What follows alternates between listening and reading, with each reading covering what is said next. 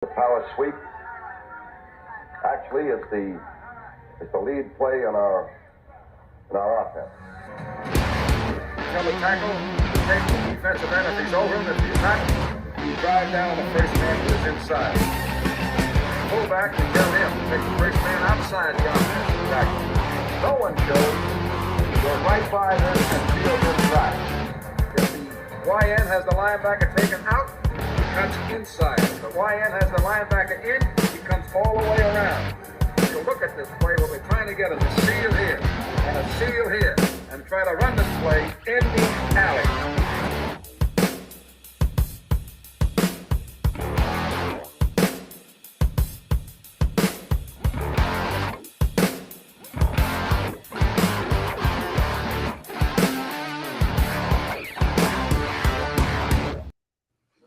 All right. What's up, guys? Welcome into Packers Total Access. My name is Clayton. You can check us out on packernet.com. You can find me on Twitter at Packers_access. If you'd like to email the show, you can send a message to PackersTotalAccess@gmail.com. You can text the show at 865-658-5824. You guys see we got a new intro here, just adding to it daily. I want to give a special shout out to a website called spreadoffense.com. And they've also got a YouTube channel. That's where the majority of that video came from. I reached out to them and asked, hey, could I use some clips of that video to put a little intro together? And they were like, absolutely. But you guys make sure you go give them some love. Again, that's spreadoffense.com. You can find them on Twitter as well. But if you go to their website, you can find their Twitter handle. You can find their YouTube channel. Really, really phenomenal YouTube channel. They put together about a 2-minute video of Vince Lombardi just breaking down the Packers power sweep. And it is phenomenal. So I just thought that was kind of cool. We may edit it a little bit if the music's a little loud, but just wanted to kind of pop that in. So here's what's on tap today. We've actually got one of my favorite podcasts is called Move the Sticks. I don't know if you've heard it. I'm sure you have. It's Daniel Jeremiah, one of the draft experts. He's a former scout. I think he actually played quarterback at Appalachian State.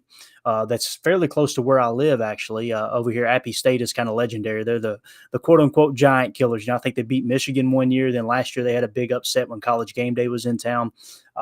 Just a really cool college back in the sticks, if you will. But he played quarterback there and then went on to be an NFL scout. To the best of my knowledge, he didn't play any pro ball, but he went on to be an NFL scout. And now he's kind of a draft expert for, the NFL Network. Just a great dude. Love his content. His content's clean. It's precise. It's just, very straight to the point. And his partner, Bucky Brooks, actually played for the Green Bay Packers. If I remember correctly, he was a DB. And now he went on to be an NFL scout. And now he's coaching high school football while doing some of this stuff with podcasting. Just a phenomenal duo. They gave kind of their take, and it's about an 8-minute clip on the NFC North. So I thought we would kind of listen in and say, there's a lot of people that are chattering right now, right? And some people carry more credibility than others, right? These are two guys that I trust. I like their stance. Now, I would just openly say that Bucky Brooks is not a fan of Aaron Rodgers, okay? When I say not a fan, excuse me, he's not a fan of how Aaron Rodgers handled everything this last year, not attending OTAs, things like that, which – there's actually, conversations going on on Twitter right now about that, saying, why didn't Aaron, do this in Green Bay as far as going to OTAs? He never missed a single OTA. And I'm not defending it. First of all, let me give you my opinion. He handled it wrong. Okay. I think he should have been at OTAs, regardless of his stance with the front office. You got teammates there. You need to be kind of lockstep with your teammates. It's easy for me to say because it's not my time I'm investing, right? And of course, I'm coming from an entrepreneurial business ownership standpoint of you want your people there. You want the organization to be unified, right?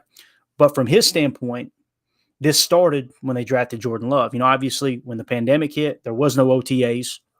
And then, of course, the following year, they had already drafted Jordan Love. Aaron's been very vocal about how they let go of Jordy Nelson. He's been very vocal about, how they let go of even Mike McCarthy. The fact that they fired him in season ticked him off. And all of these factors that come into play, then they go to hire a new head coach, according to sources. And from what I understand, Aaron Rodgers has confirmed this. They didn't ask Aaron, hey, man, what are you thinking as far as a head coach? They asked for no input. So that ticked him off. So from that point forward, of course, they didn't have OTAs that year, right? They draft Jordan Love, his replacement. So he said, the heck with it, I'm not going back to OTAs. Again, I don't agree with him not being there, but that's how that whole thing unfolded. I mention all that because Bucky Brooks has been very, very open about, hey, look, Aaron handled this the wrong way. And even saying it, going as far as saying that Aaron isn't one of the top Green Bay Packers in Packers history. I don't agree with, well, no, he didn't say he wasn't one of the top, but Aaron kind of made it sound as if he felt like he was the best Packer to ever play. I don't think Aaron exactly said that, but a lot of people took it that way, and that really ticked Bucky off. Just a little background about Bucky Brooks if you don't know who he is. Again, I respect both of these guys, so we're going to get into that. But before we do, we've actually got a caller on the line here. This is Tim in Green Bay jumping on, man. This is kind of impromptu, but we got our boy Tim in the house. How are things going up there in the Bay, man? Awesome, Clayton. Thanks for having me on, dude. This is great. I love, even last minute, I love jumping on. It's great. Yeah, absolutely. And that's what I love about being able to give you guys the link. It's just so cool. If you find yourself in a spot where you're just having a sip of coffee on a Saturday morning, oh, he's going live, jump right in, right? So let me ask you, dude, what do you got on your mind? Like I said, I'm going to jump in here in a minute and break down this Move the Sticks podcast segment where they talk about the NFC North. But you were kind of chatting a little bit offline there about you had read a recent article, is that right? About Lucas Van Ness, is that correct? Yeah, and you know what? My wife actually found a blurb from Bleacher Report, and I'm waiting for her to send me the link so I can get it posted on my Twitter. But there was one of the writers from Bleacher Report was speaking to the extent of talking about Lucas Van Ness being a major bust this year, and the reasoning behind his justification for calling him a bust was the fact that he's going to play so many different roles in this defense, which is going to hurt him as a rookie. Therefore, he won't be successful. And I just thought, the first thing I thought is, man, I hope Lucas Van Ness read that article. And my second thought is how unfounded and off base of a reasoning that could possibly be. Now, I could see if we had 6 to 8 to 10 games of film with him in these various roles, and maybe we have some evidence to support the claim, but to just boldly pre-season, pre-camp, just assume that this kid is going to be a bust, just kind of, I don't know, that struck a nerve with me, because I feel like, even if we just, roll the college tape, I mean, the guy looks like something special, man. He looks like one of these defenders that we see every few years. I'm not going to name names. There've already been the comparisons, but I don't know. It'd be interesting to see, what your thoughts are. Like I said, I wish I had it posted so I could reference this in greater detail, but that was on my mind this morning. Just assuming that a first round draft pick is going to be a bust based on the role he's going to play with the team that drafted him just seems insane to me. Yeah, no, we're on the same page with that. When you mentioned kind of the gist of the article there, it caught me off guard. You said it kind of irritated you, man. I could feel my ears getting hot. It's like, why do people go out of their way to try to tear people down before we haven't even seen them on the field? Like even Justin Fields, the Justin Fields talk, and we'll get back to Lucas Van Ness. But, we make fun of Bears fans because they're so convinced he is just going to be, a top 5 QB. And nothing suggests he's going to be a top 5 QB. He might be, like Ryan even gave him credit and was like, he may be the most effective rushing quarterback in the history of the game when it's all over, right? We're not denying that. But to pretend like you've seen something up to this point to suggest he's going to be a good quarterback, it's crazy. But going in after that draft, immediately following that draft, people weren't going, I didn't hear Packer fans going, oh, he's going to be a bust. He's going to be horrible, blah, blah, blah. I feel like our fan base is fairly reasonable when it comes to talking about rivals. I've heard Packer fans giving Lions a lot of credit for the way they handled last year, and they're kind of trending up, right?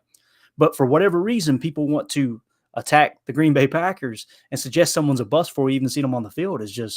That is absolutely mind-boggling to me. Now, as far as, the reasoning for it, and again, I need to go read the article, and Tim's not suggesting that's all the article says. It's just conversation piece here.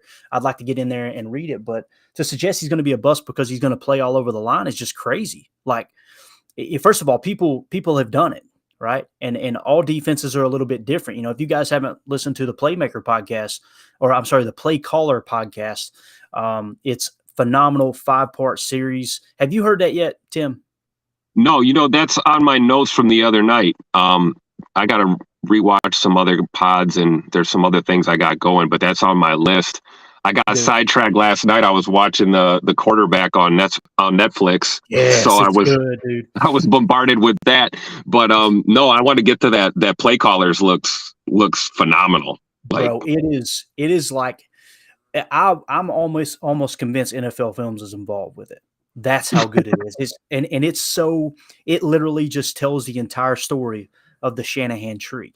And it's everything that I was pounding the table screaming last year going, we are not running Shanahan's offense. We run McVay's offense because everybody's put their own spin on it. And even, I think his name's Andrew Whitworth, the great left tackle that won a Super Bowl with the Rams and then went on to work for Amazon Prime, their Thursday night coverage, just a phenomenal offensive lineman. He even joked, I'm pretty sure it was his voice that I was hearing that was joking and said, these guys are just in a pissing contest with each other. Like they'll go, okay, he did it in 11 personnel. I'm going to go do it in 12 personnel. Okay. He did it in 12 personnel. I'm going to go do the same thing in 13 personnel in there. And it's funny if you were to draw out the entire Packer playbook, you see the Shanahan offense in a multitude of looks, but the thing that it really confirmed for me was what I was seeing on tape. When I pulled up Shane Waldron's tape in Seattle last year, I didn't see Shanahan's offense. When I pulled up McVay's tape the last 3-4 years, I didn't see Kyle Shanahan's offense. When I pull up the Packers offense, I didn't see Kyle Shanahan's offense. The same passing concepts are there. The same sift looks are there. The same bootlegs are there. The same pre-snap motion is there, but they all do it out of different looks. And the thing that triggered McVay into using 11 personnel was he looked up and seen Cooper Kupp on the sideline and was like, why do I not have my best players on the field? I can accomplish the same thing by getting my best personnel on the field. So that's essentially what it kind of got into. But the reason I brought that up is because it kind of triggered with this whole Lucas Van Ness thing is you want to get your best players on the field. And if that means playing multiple positions, that happens all the time across the league. In no way, shape, or form should that predict someone being a bust. That's mind-boggling, dude, to me. I mean, if anything, it would give him a greater chance at success, right? I mean, he's going to see the field more. I mean, we talked last time I was on with you guys, with you and Jacob, we talked about Quay Walker and how he was thrown into the fire in his rookie year, playing a lot of snaps. And so for a guy like Van Ness, I mean, the more snaps that this guy gets, the better. I mean,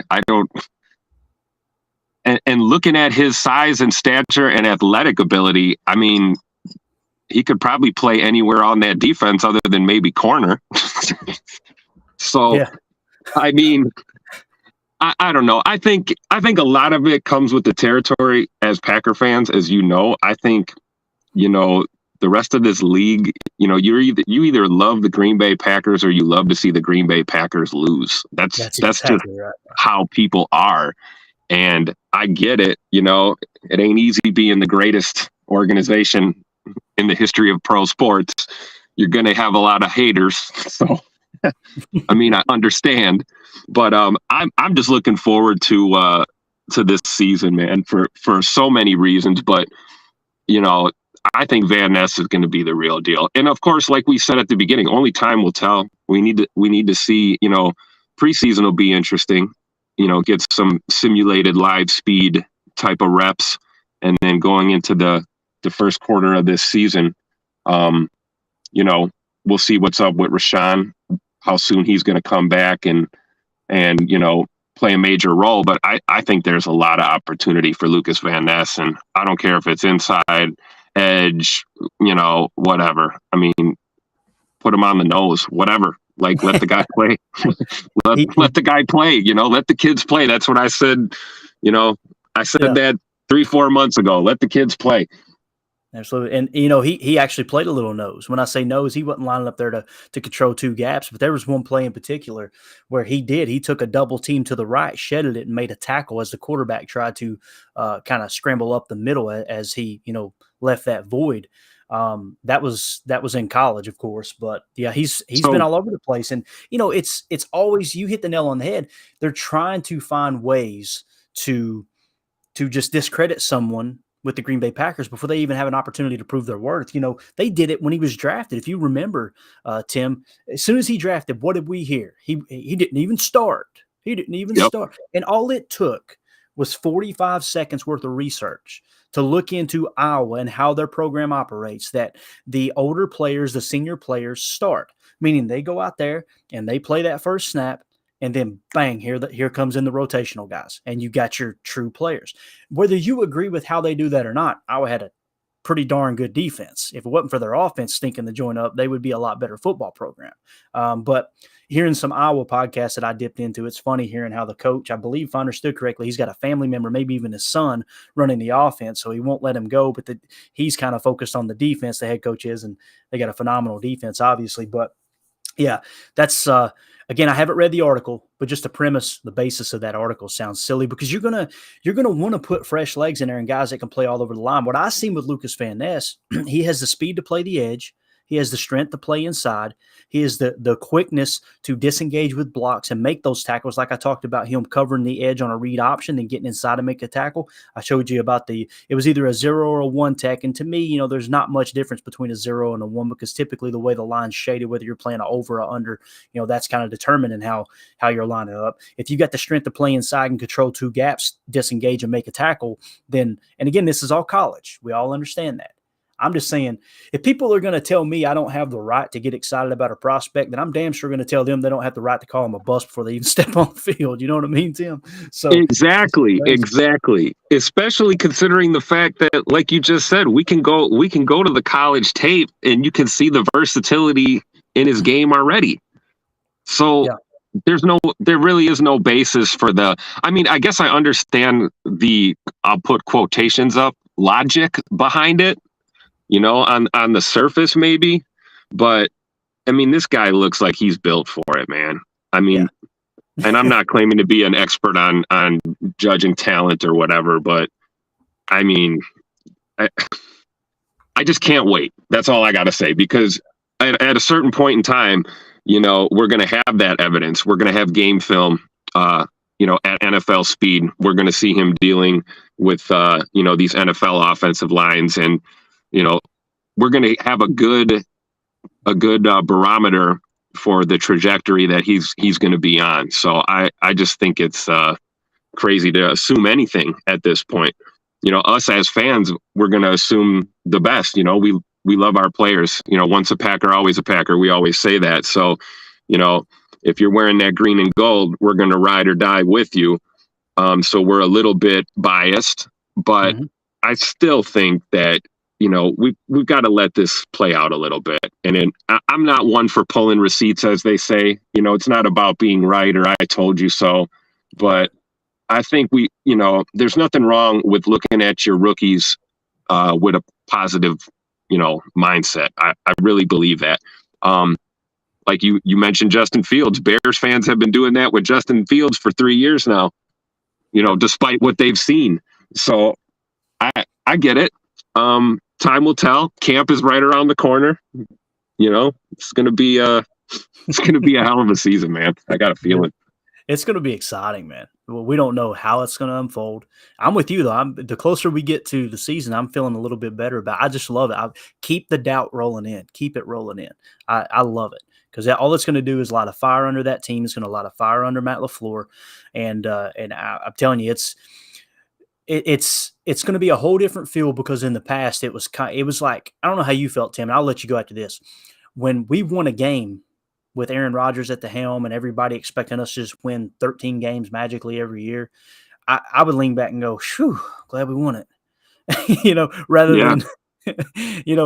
than going, hey, look, we understand only one team can come out victorious today, but this year you're going in and you're kind of feeling like, yeah, it's us against the world, man. Let's go. Let's see if we can win 8 games. Let's see if we can win 9 games. If they come out and they somehow win more than 10 games, I'm going to be hard to contain on the post-game show. I'll just put it that way. So, you and me both. And I think that this staff is going to do I think they're going to do a good job with the youth on this team, because that's one of the things that, you gotta, it's 1 week at a time, and you can't get to 10 games without one game. And so I really hope that they have that mentality, that 1-0 mentality every week, that we just climb a new mountain every week. We got an earlier bye this year, if I believe. Were we like week 6 bye or something, week 7? Let me check. I don't have the bye actually wrote in, so I have to look at the dates. Yeah, I believe it's a little bit early. But I think, one game at a time, one set of preparation at a time. Let's not worry. That's what I'd be telling my guys if I had a squad of young, talented guys with no ceilings. Sky is the limit. It's like you want to wrangle that excitement and that talent in and get them focused week by week, and we'll worry about the big picture when we're there. We got to. You always talk about the middle 8, which is, I believe, the most crucial thing for this season is going to be that middle 8 and how this team does. How do we close out that first half? How do we start that second half? Because you alluded to this before, we're going to see the false starts. We're going to see the personnel communication issues. We might even see 12 men on the field kind of thing. It just, things like that are going to happen, especially early in the season. And I think it's important for us to realize that it's not about how you start. It's about how you finish. And I think this team's going to do well this year. And, I'm excited, Clayton. It's going to be great. Same, man. Same. And you were right. It was week 6. It looks like is when the bye is going to be. So that does help quite a bit because they're going to go to Vegas for Monday Night Football on October 9th. Then they'll have their bye. And then they got to go back out on the West Coast or close to the West Coast there in Denver, a pretty good long road trip there the following week after the bye. So, it kind of looks ugly when you just look at the schedule and go, God, we're doing a lot of traveling, but that bye being mixed in between those two is nice. And of course, playing on Monday Night Football before the bye, you get an extra day of rest going into Monday Night Football, and then it doesn't affect, giving you a short week the following week. So that should help. But Tim, I appreciate you jumping on, man. I'm glad you brought that up. Like I said, or like you said, throw it up on your Twitter, and I'll go check out that article for sure. I'd like to hear what they got to say. I'm sure it'll have me throwing stuff against the wall, but I'd still like to hear it. Appreciate you joining us, though, man. Y'all have an awesome Saturday afternoon here, bub. Awesome. Yeah, we're heading up north, as they say in Wisconsin. So I'll be sure to tune into the rest of the pods today. And, I'll get that posted up on my feed at some point here. Thanks for having me on, Clayton. I appreciate it, as always. Yeah, absolutely. It's funny, man. As soon as you said that, my German Shepherd Lincoln laying down here kind of growled in his sleep. I think he's jealous that you're going up north. So, man, whatever. There you go. Appreciate you, buddy. Y'all have a great day, man. All right, you too. Thanks, Clayton. Right. See you, bub. Bye. All right, that was Tim in Green Bay. Appreciate him hopping on. So, like I said, I've got a couple of producers here in the studio today. I've got my German Shepherd pups, are a little over 5 months old now. We got Lincoln and Etta, and they're in training. So this is a test here. Hopefully, they don't get loud. They're napping right now. They've been told we keep it down. We stay quiet today. So we'll see how the training's going right now. They look like they're in a coma though. So I think we're good. Let's do this. Let's go ahead and jump. First of all, Jacob chimed in the chat, said, listening at work. What's up, fellas? What's up, Jacob? Looking forward to having him on another live stream a little later today. We're going to be going live again at 5 Central, I believe it was, 6 Eastern, if I remember correctly. And we're going to get on and talk a little Christian Watson. I'm excited about that. That may evolve. Jacob, be prepared. It may evolve into a little Chalk Talk segment because I got some highlights lined up that we can kind of break down. It's going to be a lot of fun. And then, of course, tonight, I'm sure you guys have seen on Twitter, I'm going to be having Dusty Evely on the pod tonight, 8 p.m. Central, 9 p.m. Eastern. And we're going to talk about that podcast series by Jordan Rodriguez that's on the Kyle Shanahan coaching tree. It's called The Play Callers. And it's not going to be anything like we're going to critique it or try to explain this or that. We're just, me and Dusty Evely, being a couple of nerds that love watching college football or watching football tape in general. We're going to get together and just have a conversation about it. Hey, man, what'd you take away? What stood out to you? What did you learn? That type of thing. So if you guys want to learn a little more about schematics, as we do, again, we're not sitting here claiming to be professional and experts on it. But the more sets of eyes, the more sets of ears that you have on a subject, a podcast, a book, a play, whatever it may be, then the more we can all learn together. And that's what we're out here to do. So let's do this. Let's go ahead and jump into what the title talked about. This is two former NFL scouts actually talking about the Green Bay Packers. And we're going to get on here and just kind of see what's popping across the league when it comes to people that I trust talking about, hey, look, here's how we see the NFC North unfolding, more or less. Okay. And again, Daniel Jeremiah, former NFL scout, now works for NFL Network. Bucky Brooks, former Green Bay Packer, former scout in the NFL, now a high school coach and still doing podcasts here with Move the Sticks and other things, other coverage. Let's see what they had to say about the NFC North. Again, this comes from their podcast. I want to give credit here. Move the Sticks with Daniel Jeremiah and Bucky Brooks. I'm sure you probably already heard of it. You're probably subscribed. If not, go give them a subscribe, give them a like, give them a follow, rate it, all that stuff. But here we go.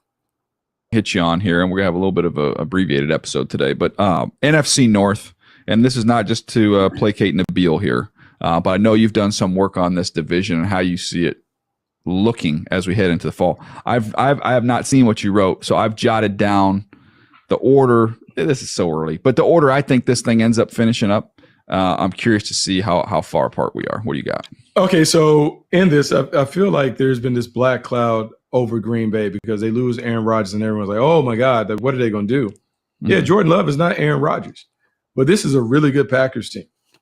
I mean, you look at their personnel, and I know people take them to task for not expending first-round picks on offensive skill players, but they've expended a lot of first-round picks on defensive players.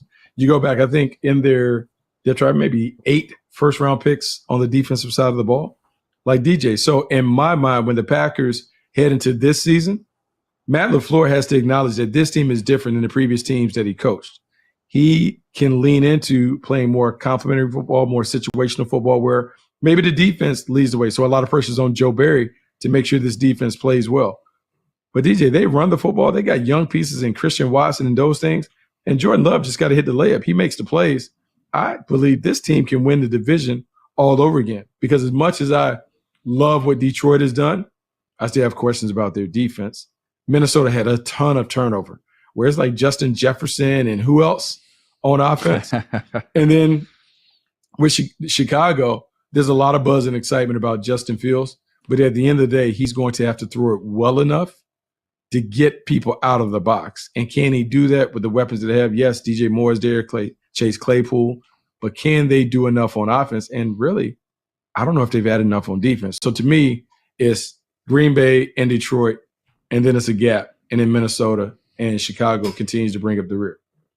All right, that's interesting. I have a different order here, but I want to piggyback on what you were talking about with Green Bay and ask you this question. Is there a chance that Green Bay is this year's Seattle, where quarterback moves on?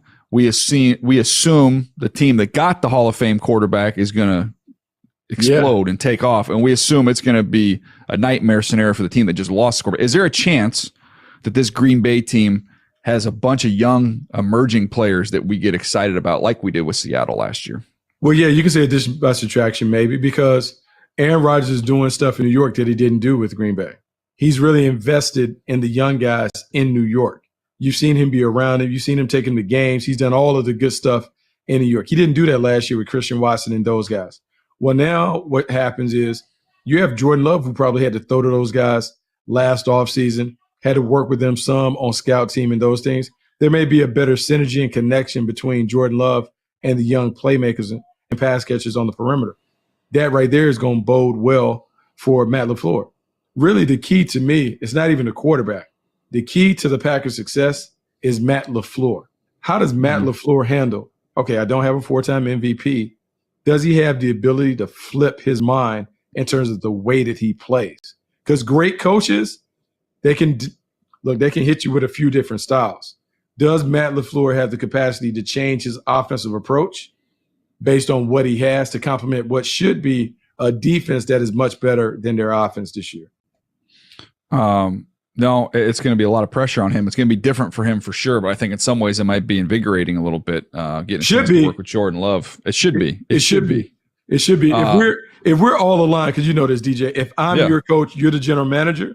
When we made the pick for Jordan Love, we should have been aligned anyway. because you've run it past me. Hey, what do you think? Oh man, I can work with him. This and that. Okay, now it's time to work with him. And so my only thing with Matt LaFleur in the past is he was so clinging to Aaron Rodgers. And I understand it, rightfully so, 4-time MVP. But you still got to build up the young guy, because at some point we knew this was going to come to pass. Jordan Love was going to be the quarterback of the Green Bay Packers. And so have they done enough? Has Matt LaFleur done enough to build him up to get him ready to play winning football in Green Bay? Yeah. Well, we're going to find out. I want to mention a couple of these rookies here for them, by the way. Lucas Van Ness, first-round pick, another defensive player to throw in the mix. Luke Musgrave, one of the most athletic tight ends we've seen come into the league the last few years. Jaden Reed, who gives them some speed at the receiver position to complement some young speed that they already had, as well as some return value. Tucker Kraft, another tight end. Like, kind of looking through their draft class, and I'm trying to see, okay, do they have the capability of doing what we saw Seattle do? Now, obviously, the base of this roster is in better shape than the base of Seattle's roster was. Seattle had to rely on a lot more of those young guys. I think they have a little more of a stable roster there in Green Bay. But some of those names I just mentioned, they're going to have to be key contributors as well for this Green Bay team to exceed what the expectations are. Yeah, no, they're going to have to be key contributors. They have to be able to hit the ground running. And I'll be honest with you, man, if I'm the head coach for the Packers, I'm ornery, and I am on the defense at every turn. I'm on Joe Barry. I'm nipping at his heels. I'm trying to let him know, hey, man, the pressure's on, because, guys, we need the defense to be the best unit on the team. The defense has to be at the forefront. The offense is going to be the complement. It hasn't been like that, I mean, for a decade, maybe 2 decades in Green Bay. Can they flip and become more of a defensive-centric team, where it's defense, running game, then Jordan Love, as opposed to being quarterback, explosive offense, and old defense, get a few takeaways, and that's how we win. It's a complete shift. And so a lot of pressure on Matt LaFleur, but a ton of pressure on the defense and Joe Barry. Yeah, you are a little more optimistic on them than I am. When I just jotted this down, I actually picked Detroit.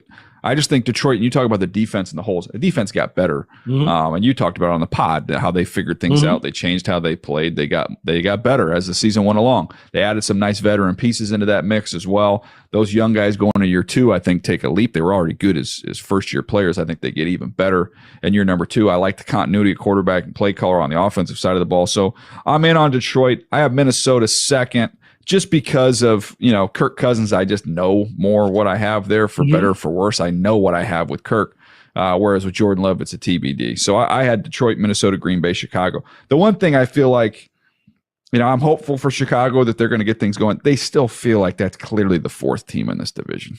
To me, it's clear and apparent. I'll say this about Minnesota. If I'm optimistic about them, I'm optimistic because Brian Flores and what they're going to do on defense. Yeah. He is going to heat them up. We saw how he was able to do it in Miami. And if he is able to make sure that his guys in the back end don't allow the ball to fly over the top of the defense, man, he's going to give people problems with that cover zero, bluff and blitz stuff that he was doing. And talking to him at the combine, he's like, man, they're already 2 steps beyond. When everyone was catching up with their old stuff, they got some more tricks. And so I can't wait to see him unveil those tricks. Also, with Brian Flores, what did he learn from his time with the Pittsburgh Steelers? Yeah, it's a different defense than what he'd run. Yeah, so not only different defense, but what did he learn from Mike Tomlin in terms of, hey, man, no excuses. You give me whatever I got, I'll figure out how to win with it. I think there is something to being around someone who's been able to kind of take lesser parts and figure it out. What can Brian Flores do with, look, man, he's hamstrung in a few different areas. Can he make them better with tactics and scheme, as opposed to just the talent that he has in front of him?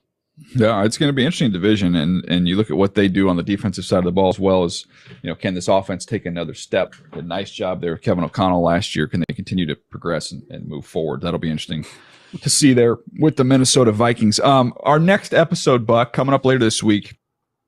All right, so that was pretty much the gist of it, and love those guys. There's nothing they don't talk about that doesn't have some kind of substance to it. Some people just talk to hear themselves talk. Some people just talk to create a rant that'll go viral on social media, and Colin Cowherd, bingo, there you go, right? Which I gotta admit, that used to didn't be my cup of tea, right? But here recently, I've enjoyed stuff like that, because as soon as I see it, I know Ryan's going to go fire back, and I'm here for it 100%. But I love Bucky Brooks and Daniel Jeremiah. They just do a phenomenal job with everything they do with their podcast. So let's just kind of recap what they said. Before we do, though, we have in the chat here, we got Joey. Joey says, quarterback on Netflix is great. I see similarities between Mahomes throwing off platform and arm angles with Love. He already got the wide receivers and throwing before training camp. Go, Pack, go. Yeah, that was really, really cool to see them all getting together before training camp and getting out and throwing. And you're right on quarterback on Netflix, guys. I'm just going to give you a little warning here, okay? This is who they follow. They follow Pat Mahomes, which me personally, I'm not a huge fan of Pat Mahomes. I'm coming around to him now a little bit more. But first of all, when I say I'm not a fan of him, I'm not saying he's not a good quarterback. I'm not saying he isn't the best quarterback in the league right now. What he's doing is, it's generational, right? This dude has a early track record and is on pace to unseat Tom Brady as the greatest quarterback of all time, right? That's being realistic. I just personally, I don't know. I don't like I don't even know if saying I don't like him is the right way of putting it. I think it's more or less the way that offense operates because there's so much flexibility. There's so much freedom. We just seen that type of offense roll through Green Bay before Matt LaFleur. And a lot of people are going, what are you talking? I've heard people say, oh, no, Andy Reid's system is top notch. And what Andy Reid does is he puts his players in a position to win, period, case closed. But when you really start to dive into that Kansas City offense, especially post Tyreek Hill, it is nothing but choice route central. They are, literally, Kelsey is reading the defense and running routes to the open space. Hark, sounds amazing, doesn't it? So when I watch them play, I get a little frustrated because I'm really into schematics. And when I see that and I see just the freedom he has to run around and make plays and stuff, part of me is a little bit jaded by the way the Aaron Rodgers era ended in Green Bay. But, I don't want to get into drawing parallels and did their general manager give Pat Mahomes more than we gave Aaron? I'm so tired of all the divisiveness. You know what I mean? The dividing people to argue about Aaron Rodgers. That's one part of me that's glad he's gone because now we can kind of put that to bed if people will let it be put to bed. There's still some people clinging to it. And ironically, it's the people that said they hated him and they couldn't wait till he was gone. And he just, I despise the guy, and man, now that he's gone, yay, he's gone, and they still won't shut up. They're still talking about him, which tells me they're doing it for clicks, and that's okay. But quarterback on Netflix is phenomenal. It's really good. They follow Pat Mahomes, they follow Kirk Cousins, and they follow Marcus Mariota. And I'm going to say this. As Packer fans, be prepared. You're probably going to come away liking Kirk Cousins. He seems like a kind of a different dude, but very average. If you met him in the streets and didn't know he was a quarterback, never heard of him before, you probably think he's just an everyday average Joe. Pat Mahomes, the big thing I'm hearing about Pat Mahomes is people absolutely despise his wife, Brittany. But now people are going, man, I kind of like Brittany Mahomes after watching that series. So that's cool that they can kind of put that. Some of you guys are going, nope, still hate her. Got it. I understand. I respect your opinion. And then Marcus Mariota was trying to revive his career. And he seems like a very humble guy. It is. So I agree, Joey. It's a great program. But appreciate you hanging out in the chat with us. All right. So just to recap what Bucky Brooks and Daniel Jeremiah said. First of all, Jordan Love has to hit the layups. They said that. And it's so, so crucial.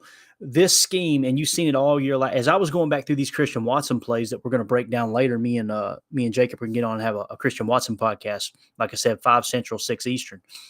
What I noticed were there were a lot of layups, but there were a lot of plays that Aaron made with his arm too. That was like, if Jordan can make that throw, dude, we're not going to miss a lick. This offense is going to take a step forward because the young guys are going to be better if Jordan can make those throws. I have no reason to think Jordan can't make those throws. The only thing that people can come up with negative-wise with Jordan Love is, well, if he was better, he would already be starting. You would not have started him over a back-to-back MVP. The first down year Aaron had, here we are moving on to Jordan Love. That should tell you all you need to know in terms of what the coaching staff thinks about Jordan Love. Right now, I'm a realist, in my opinion. I shouldn't say realist. That sounds like I'm calling people out. I look at Aaron Rodgers' performance last year and go, he had a broken thumb. He had injured ribs. We started off with a makeshift offensive line. People like to say, well, they should have got Christian Watson. They should have got Romeo Doubs more involved. Guys, they both, if I remember correctly, they each missed 5 games last year. You can't, you can't make the club in the tub. Well, you can't make the stat column if you're not on the field, right? You can't get opportunities. Like, I didn't see him refusing to throw the ball to Christian Watson. If anything, the plays I break down, he was forcing it. Like, you could see several times that there were other open receivers on the field, and he chose to go to Christian Watson over them, one of which was Cobb on a wheel route or out and up, if you will. So I see that much different. And those people that are like, nope, we made the right move. Aaron Rodgers is washed up. He's done, blah, blah. They were screaming that last year. This guy's done. This guy's done. Those people are now starting to get nervous as training camp gets closer because they're thinking, yep, Aaron's probably going to have a good year. And I'm looking at it going, if that thumb's healthy, which no reason to think it isn't, and those ribs are healthy, yeah. And now he's got Nathaniel Hackett coming back and reinstalling that offense that he won an MVP with, actually back-to-back MVPs with. You're going to see that type of offense kind of unfold. It's going to be that Shanahan-McVay type offense on the surface, but you're going to see a lot of checks, a lot of things that Aaron's going to be able to have the freedom of changing and molding around those receivers that he brought with him, right?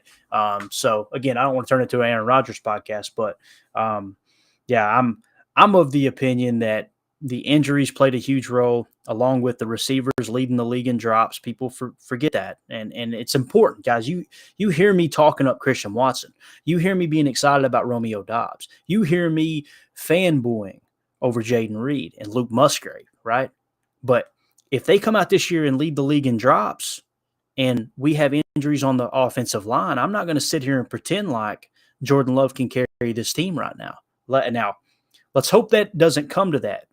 But if we were put in that situation, let's hope Jordan can, right? That means we got the quarterback of the future for the next 10 plus years, right? That's what's so cool is quarterbacks play so long now. But again, like we've talked about in the past, I think the big thing people are overlooking when it comes to Jordan Love is his legs. Think Aaron Rodgers when he first came into the league. It wasn't just scrambling to create time to throw a pass. That was kind of the third quarter of his career, if you will, right? But in the first quarter, the whole first half, guys, he was scrambling for 40 yards. Anytime they caught them in a too high man, look, as soon as those DBs turned their back, if that first or second read wasn't there, he's immediately looking at the edge, manipulating the pocket, getting out and taking that thing off for, 30, 40, 50-yard runs, right? I think you've got that element with Jordan Love now. Me being an Aaron Rodgers fan, you didn't have that the last 3 years, guys. And granted, he had some great running plays, right? The famous where he shrugged Jalen Ramsey off and scored a touchdown, and the Packer fans pointing at Jalen on the ground laughing, right? But that wasn't like quickness and speed. That was savvy with a little pump fake and making a little move and getting in the end zone. Jordan Love, I think, is going to have some wheels. They ran a very similar 40 time. Here's what's crazy. Jordan Love is taller than Aaron Rodgers and Brett Favre, okay? Jordan Love has larger hands than both Aaron Rodgers and Brett Favre, right? And Jordan Love ran a similar 40 to Aaron Rodgers, I think in the same ballpark, maybe even a little bit better than Aaron Rodgers, right? And has a faster 40 time than Brett Favre. He has a much higher vertical jump than Aaron Rodgers. Physically, he is a better athlete than Aaron Rodgers. Now, can he pick up the game, the intellect it takes to run that offense, run any NFL offense? And can he place balls the same way that Aaron Rodgers did? Can he throw with touch? I know his deep pass looks pretty dang clean. That's just my opinion. Does he have the touch on the intermediate routes? And this offense, as they kind of try to drift back to, no pun intended, you guys, if you've listened to play callers, you know what I mean by drift. But if they drift back to this, the basics of LaFleur's offense, that should help him with those layups, right? And, according to Bucky Brooks, he said it's Green Bay and Detroit at the top. Those are going to be the two teams battling, right? They were kind of comparing Green Bay to Seattle last year. Is Green Bay last year's Seattle, right? They talked about that. It sounds like Daniel Jeremiah thinks the Packers have a better roster this year than Seattle did last year. So what's the common denominator there, right? Well, can Jordan Love play at Geno Smith level from 2022? Only time will tell. Let's see here. One thing that Bucky said, can Matt LaFleur change his approach? Guys, he already has, and not specifically with this team. We don't know what 2023 is going to hold as far as schematics and all that. But when you say, can he change his approach? All of these coaches in the Shanahan tree have changed their approach. We're going to talk about it tonight with Dusty. But it amazes me how many people say, this isn't the system. This isn't LaFleur's system. This isn't LaFleur's system. Guys, every single West Coast offense they have ran. I had a guy the other day tell me, that they're running Aaron Rodgers' offense. They're not running Shanahan's off. They're not running, LaFleur's offense. I'm like, really? How so? The motion's gone. All that stuff's gone. I'm like, bro, do you realize the most important play of the entire 2022 campaign against the Detroit Lions fighting for a playoff spot, game on the line, 4th and short, we ran a jet sweep / reverse to Allen Lazard. You're telling me that's Aaron Rodgers' playbook? That they literally went to that play. That is a staple in Matt LaFleur's offense. That jet motion and handing the ball off. And they outsmarted themselves. You're not going to convince me Aaron Rodgers was the guy that said, that's the play I want in the playbook. You can't 1 second tell me they're running Mike McCarthy's offense, and then with the season on the line, they run a reverse out of a condensed formation and say, no, that's Aaron Rodgers' fault. And again, there's plenty of blame to go around for what happened last year. Aaron Rodgers is at the very top of the list, right?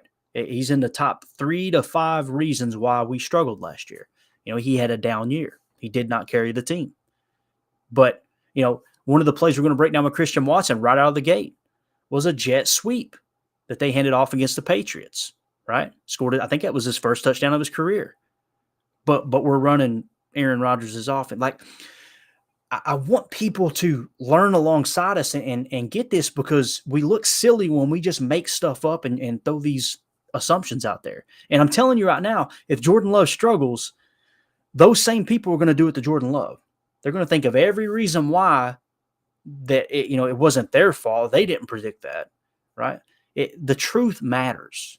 That's what if you see it, you've got to say it. We got to talk about what's actually happening on the field and not making up these things to fit our narrative because we don't like a player or we want to turn a page to the next player or whatever.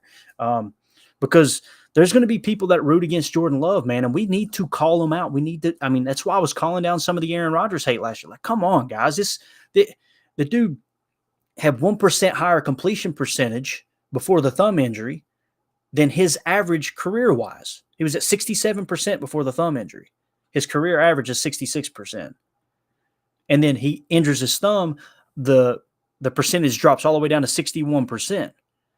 And then once they get past the bye and the thumb is as healthy as it's been all year, still not healthy, but the brace came off, he jumped back up to 65%, right? And the infamous response I got from people on Twitter was, use your eyes. Use your eyes. Stop looking at the numbers. I'm using my eyes, and I'm also looking at the fact that our receivers are leading the league in drops. And I'm looking at Aaron's PFF grade, and it's nowhere near what it's been in the past, right? That tells me Aaron's having a down year, and other people on the team are having a down year. 1 + 1 = 2. That's why we suck. I mean, let's call it like it is, right? But as far as Matt LaFleur changing his approach, he's already proven he can do that. When they were in Washington, we'll talk about this tonight, they literally, Shanahan does an excellent job on that podcast explaining what they did. They are an outside zone team, right? They draft RG3. What does his skill set provide you, right? He's one of the fastest quarterbacks in NFL history. He's also a decent passer. I don't think he was a great passer, but I would say he was a good passer. He won Offensive Rookie of the Year, right? So what Shanahan did was he brought him in and said, okay, he runs the read option. Let's study the read option. We want to run the zone option play, right? Okay. Well, the way that people are busting up the zone read is they're attacking the mesh point. What if we put them in a pistol where they can't guess which side we're running to? So now on the strong side of the formation, we could run our outside zone scheme, right, and attack a weakness. And when they overload that side, because we're in a pistol and not a sidecar, they don't know which side we can run to. We still have the threat of running outside zone either side, but they're watching the tape and they're all in this Pete Carroll style cover 3 defense, this cover 3 zone that got really, really popular at that time, right? So as they start to protect the strong side and play wide technique, why don't we run a read option off the backside and boots off the backside, right? Utilizing his speed. So, guys, when we say Shanahan's offense, we're not running Shanahan's offense, we got away from it. Guys, it has evolved. It was literally Shanahan running the read option with outside zone principles in Washington. He goes to Atlanta, and they run what they called nitro, which is hurry up, muddle huddle. West Coast, mainly passing, and off of that, the run game really picked up. But that's how Matt Ryan won the MVP that year, right? Then he goes to San Francisco, and he looks at his roster and goes, what do we have here? What's our strengths? We got arguably the best fullback to play in the last 20 years in Kyle Juszczyk. Let's add some 21 personnel. And it evolves into that. McVay goes to the Rams, and what happens there? McVay goes to the Rams. He looks up and goes, how in the hell is Cooper Kupp on the sideline? I need to build this out of 11 personnel. They build it out of 11 personnel. That's how that came about. Then Matt LaFleur gets to Green Bay. What does he say in that podcast? He says, I look up and I go, Aaron's a pretty darn good player. And he giggled like, this is arguably the best quarterback to play ever, right? You know, from a arm talent standpoint, 4-time MVP. Ed is tired of me talking about Aaron. She just grown. 4-time MVP, right? And he said, oh, and Devontae Adams was arguably the best wide receiver to play in the last 5 years. Why don't we build this offense around them? So how do you do that? 11 personnel. They went condensed. They still leaned on 11 personnel. They didn't go to 21 like Kyle Shanahan. They went to 11 personnel like McVay, which is what I was saying last year. This is not Kyle Shanahan's offense. This is Sean McVay's offense. This is Shane Waldron's offense. Shane Waldron was with LA when they won the Super Bowl, got over the hump. He goes to Seattle. Seattle takes off because they're running McVay-style offense, right? Now, they did it well with a lot of empty looks. We tried to kind of play it in between, and I think that's where we fell flat. But regardless, those back-to-back MVP seasons, and I'm going to stop saying that because people get triggered by it, those seasons where we had top 5 offenses, is that better? Like, that's not you. I'm talking about other people. Like, does that sound okay? What did we utilize? We implemented an RPO aspect to this offense because we had one of the best quarterback wide receiver combinations in the history of the game. Now, what got left behind a little bit? Aaron Jones in a running game. Now, we look at this year, we don't have Devontae Adams. We got some young receivers that are blazing fast, right? And we've got an awesome backfield. What I think you're going to see them get back to is, depending on how quick Tucker Kraft comes along, that'll determine whether they're in 11 or 12 personnel more often, right? If Tucker Kraft's ready to go week 1 and Luke Musgrave's ready to go, and we got enough bodies that we can keep a constant rotation of 12 personnel in and out, just rolling along, then I think you're going to see more of that. But if we don't have that, they may lean on 11 personnel because the two of the most experienced people in this offense right now, as silly as it sounds, is Christian Watson and Romeo Doubs with the amount of snaps they played last year. So I don't know. I'm excited to see how it hit. But young players have to hit the ground running is exactly what we just talked about. That was another note they said. Pressure is on the defense. You need to win with defense, then the running game, then Jordan Love. Take everything off of Jordan Love's plate and let's ease him into this role, and let's play great defense. Let's commit to the run more than we ever have, like Shanahan committed to it 2-3 years ago, right? And the big thing that really stood out to me that I loved is they both, Bucky Brooks said he's going to be between Detroit and Green Bay, and he wouldn't be surprised if Green Bay wins the North, right? When he talked about, or Daniel Jeremiah said he thinks Minnesota is in first, Detroit second, then Green Bay third. I think both of those are very realistic. But the thing I love is they both said Chicago's last. I love it, dude. I love it. Because think about who is propping Chicago up saying they're going to run away with this thing and Justin Fields is going to win MVP. And then think of the people who are coming from the approach of, now Chicago's still last in the division. Which one do you trust more? The people that are trying to get clicks or two former NFL scouts, one of which is the top draft expert at NFL Network and the other one who's coaching high school football and actually played in the National Football League, right? That's kind of how I look at it. So, and again, the last thing I'll just say here real quick, because it's not a Vikings podcast, obviously, what he said about Brian Flores, I'm well aware of. There's a lot of people that are going, oh, man, they completely canned this defense. Their defense is going to be trash, blah, blah, blah. Brian Flores cut his teeth and studied under the greatest head coach in NFL history, definitely the greatest defensive-minded head coach in NFL history, in Bill Belichick. That's where he learned defense, and that's where he learned bullseye defense, the bullseye approach. And I don't have time to get into that, but it's very, very specific. It's very man coverage heavy.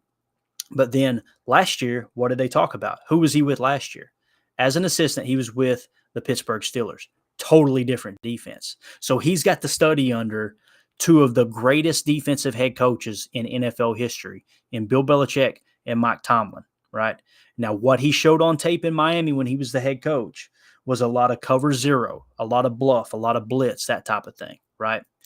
After he's been with Mike Tomlin, don't be surprised if he starts mixing in some zone blitz, because I think things could get really, really interesting in Minnesota.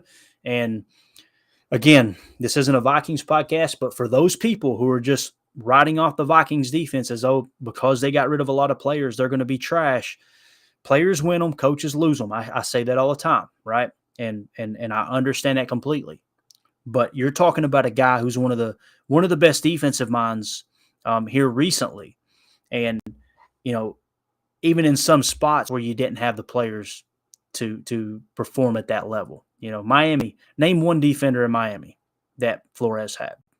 You're probably going, like I am. Now I'm sure there were some good ones. I'm sure there were some good ones there, but don't write him off for having a top 15 defense. I wouldn't be surprised if he has a top 15 defense. Heck, even a top 20 defense, from what I understand, will probably be an improvement from last year, right? And we can't sleep on the fact that they won 13 games. So just a lot to unpack there, man. I got to wrap it up. We're at the 57-minute mark. I plan on making a 30-minute podcast here, but Tim got me fired up talking about football in Green Bay. Find out Jacob's in the house. I don't want to shut up, man. And appreciate everybody rolling through. It's always a blast hanging out with you guys. Again, we're going to be going live again at 5 Central, 6 Eastern. Appreciate everybody dropping through in the chat. Like I said, Jacob, Joey, you guys, everybody that's watching on YouTube and Twitter, thank you guys for dropping by. Also, for those of you listening on the pod, we'll probably get this live today, I would imagine, on a Saturday. We'll make it go live. And then the next podcast will go live on Sunday. And then the next one will go live on Monday. So you guys will have content for the early work week there as we get into July, and we got training camp right around the corner. So appreciate everybody making us a part of your day, listening to the pod. As always, let's go out and be the change we want to see in the world, and go Pack Go. The power sweep. Actually, it's the lead play in our offense. Tell the tackle to take the defensive end if he's over him. If he's not, you drive down the first man who is inside. Fullback can tell him to take the first man outside the offensive tackle. No one shows. Go right by him and field inside. If the YN has the linebacker taken out, he cuts inside. If the YN has the linebacker in, he comes all the way around. So look at this play. What we're trying to get is a seal here and a seal here, and try to run this play in